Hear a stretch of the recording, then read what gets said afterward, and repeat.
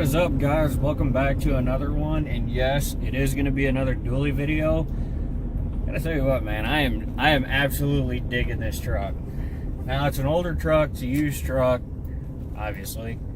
I paid $3,000 for it, but I'm gonna go over in this video just because I never really. Look at that. I've never really done a video like this, and I kind of want to go over, you know, just a few quirks with this truck. You know, a few things that's wrong with it. I'm going to try to find a spot where I can pull off and talk to you guys, because I got to tell you what, man, you try stopping in a nice area to take pictures of your truck, or you know, you try to do a quick vlog and talk. People look at you funny and they start yelling at you. So we're gonna look for a spot where I can stop and I can talk to you guys. We might hit Mexico. That's usually a good time. Actually, one of the first things that's wrong with this dually, I don't know if you'll hear this or not, but I got an exhaust leak at the manifold. Now, thankfully, I'm just gonna weld the son of a bitch closed. They're pretty rotten in the back.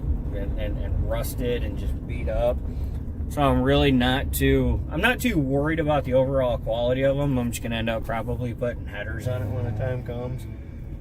Here shortly, I will be putting an exhaust on the truck. Well, I'm making it louder. You know, cheap truck challenge. Even though this is my work truck, but that's the first one that drives me absolutely nuts. You know, I hate that tick. Hate it. Oh, and I forgot to mention this brake controller is second to none. Look at that. Doesn't even work.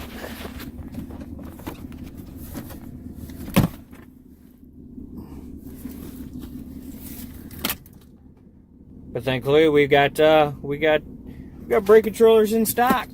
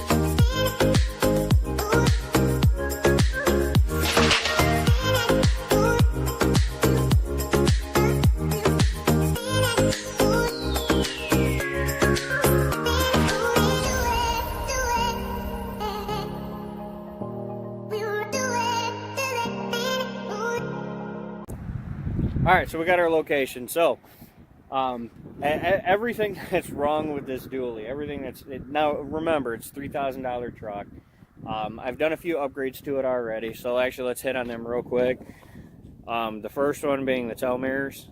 That's a dead giveaway. Those actually came off of my OBS, my other OBS. I did put an NBS style center console in it.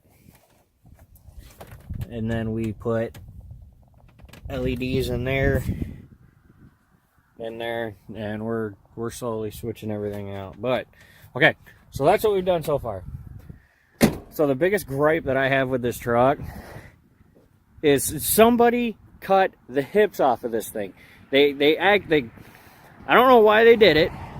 I'm hoping, the only thing that I can hope for is there's damage on this tail light right here.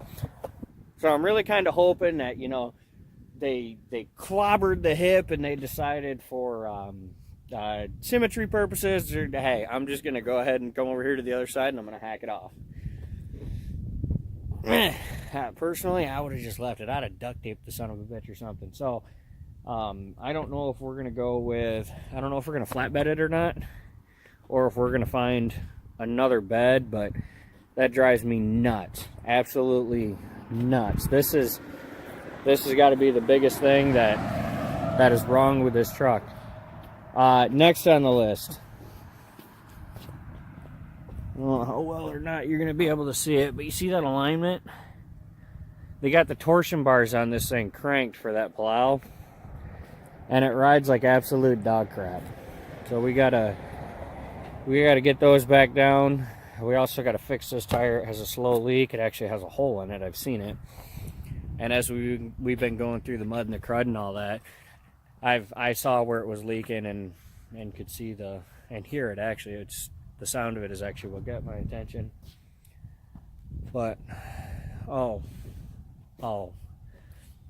and the biggest thing about this truck. Okay, so let's start back here.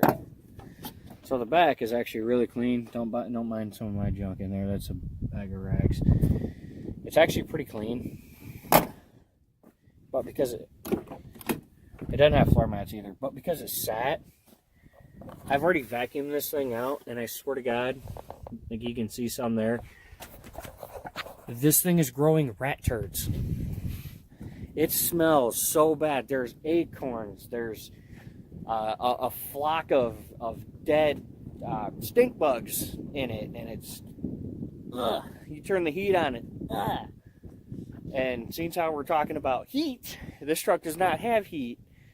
The heater core on it's pretty well plugged, and when you turn the heat on, I gotta vacuum out the ducts, and I gotta vacuum out the blower motor. That's nice. So some critters have been in here and had some fun.